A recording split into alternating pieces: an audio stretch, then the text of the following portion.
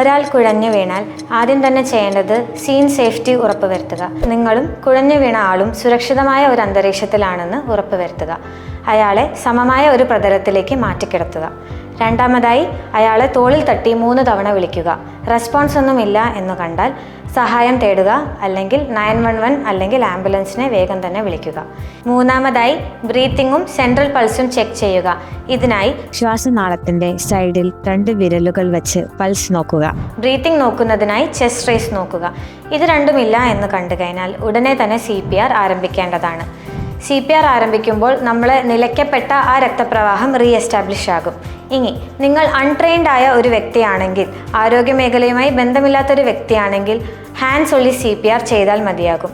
Hands only CPR ചെയ്യുന്നത് എങ്ങനെയെന്ന് വെച്ചാൽ, ഒരു കൈ അടുത്ത കൈയും കൂടെ ഇൻ്റർലോക്ക് ചെയ്യുക. ഈ മുട്ട് വളയാൻ പാടില്ല.